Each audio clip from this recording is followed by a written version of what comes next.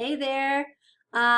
In this last video over the endocrine system, we're going to talk about the pineal gland. Then we'll talk about our ovaries and testes and the pancreas. Okay. So the pineal gland is a super tiny gland. It's part of the epithalamus, which is part of that diencephalon. The pineal gland produces melatonin, and melatonin is a hormone that helps us to regulate normal sleep and wake cycles and also helps us to get prepared for um, having children. So kind of like that biological clock. So what stimulates melatonin secretion? Melatonin is secreted when sunlight levels decrease. So typically, before we had clocks and everything, so I mean, we're looking at, 1700s, they probably had something, but I mean, people would work outside, and when it got dark, that was their, sorry, that was my book, that was their time, towards the end of the day when dusk hit, they would go in, they would eat, and then it would get dark out, and that's when they would go to bed. And then they would wake up when the sun rose. So you kind of slept from or during that dark time. And melatonin is what stimulates your sleeping and your waking. When you decrease the amount of melatonin, that's going to cause you to wake up. And that's in that sunlight time, which is why people that work like night shifts oftentimes have a hard time sleeping, because they're not sleeping during normal sunlight or darkened hours. And a lot of times ways that they can fix that is by having those dark like curtains that take all the sunlight out, so you have a dark environment so you can fall asleep easier. And then they have to stay up at night, so they're in a different world in a sense. One disorder associated with melatonin is seasonal affective disorder, or SAD. And so what is seasonal affective disorder? It's winter depression. So I just thought that was cute. I never actually watched Game of Thrones, but I know a lot of people probably in the class have. So I thought this was a cute meme to put on here. Seasonal affective disorder occurs because we start having dark and a darker environment earlier. So we start producing melatonin earlier. So, when 4 o'clock comes and it's getting dark out, and 5 o'clock and it's like nighttime, that can increases the amount of melatonin, and we become more tired. We don't want to do as much. And that can lead to seasonal depression, where we are feeling kind of down. So how do we treat this disorder? You can actually treat it by getting out, going, so tanning is one way. I'm not a big proponent of tanning, but tanning once or twice a week for if you have this disorder can really be beneficial. Going out into the sun, yeah, it's winter, but there is still sun, and if you go outside, even if there's clouds, UV radiation will get to you, and that will stimulate both calcitriol production, and it will cause melatonin secretion to decrease. So getting a little bit of sun out there is also going to help. The reproductive glands, then, we have ovaries and testes. Reproductive glands produce estrogen. So reproductive glands produce hormones. Ovaries produce estrogen and progesterone. Testes produce testosterone and inhibin.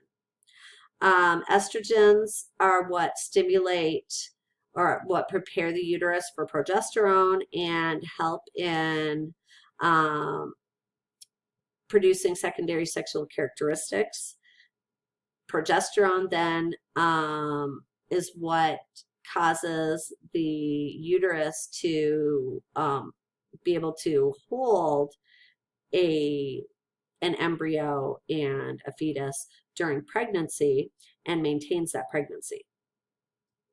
Testosterone stimulates sperm production. It also stimulates secondary sexual characteristics in males. And then inhibin inhibits sperm production. So we're constantly producing sperm if we're males from the time we hit puberty until the time that we die. And so at certain points, we don't need so much sperm. So inhibin is going to stop production of sperm so that we don't overproduce sperm. I mean, we still produce millions of sperm daily. And we'll talk more about sperm and eggs and their functions in the reproductive system. So the last organ we'll talk about is the pancreas. The pancreas then is both an endocrine organ and an exocrine organ. The pancreas, most of their cells are going to produce digestive enzymes that are secreted into the small intestines. And these digestive enzymes help us to break down foods. They also produce mucins that help to raise the pH. So they're released into the first part of the small intestines. That's also where the food, so the chyme from the stomach is released into the small intestines. And so that chemical, the chyme, is in a very acidic environment. So when it moves into the small intestines, we have to have chemicals in the small intestines that increase the pH so that the small intestines don't get damaged. But we also have structures within the endocrine system, or within the pancreas, that are endocrine. And so these are called pancreatic islets. And so you can see them scattered throughout the pancreas. These islets are what produce different types of hormones. And so the two main hormones that we talk about are glucagon and insulin. These hormones are antagonistic of each other. So beta cell or alpha, there's alpha cells and beta cells. The alpha cells produce glucagon, the beta cells produce insulin. And so glucagon is going to be released when our blood glucose levels decrease. And glucagon stimulates our liver and our muscles to break down glycogen and release it into our blood so that our blood glucose levels are raised back to a normal level. Whereas if we have a high blood glucose levels, so something, 200 or whatever, I'm just making a number up. Normal blood glucose levels are between 70 and 100 about. We don't want, your book says 110, but anything above 100 is typically a little bit scary. 110 would probably be about the highest it would go before insulin is going to be released. And insulin is going to move into the blood and stimulate those same cells, the liver and muscles, to take glucose out of the blood and build up glucagon. So they work antagonistically of each other, and they work on a negative feedback loop. Oh, no, sorry. All right, so a disorder associated with the pancreas and the endocrine system is diabetes mellitus. So this is the diabetes that everybody knows. This is the diabetes in which our blood glucose levels are increased, which causes us to have more urine and become more thirsty. So two signs of diabetes are increased urine production and increased thirst. In this case, urine production is directly associated with the amount of glucose in our blood.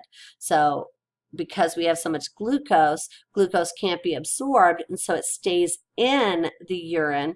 And when you have a lot of solutes in urine, water follows solutes, so there's more water in the urine as well.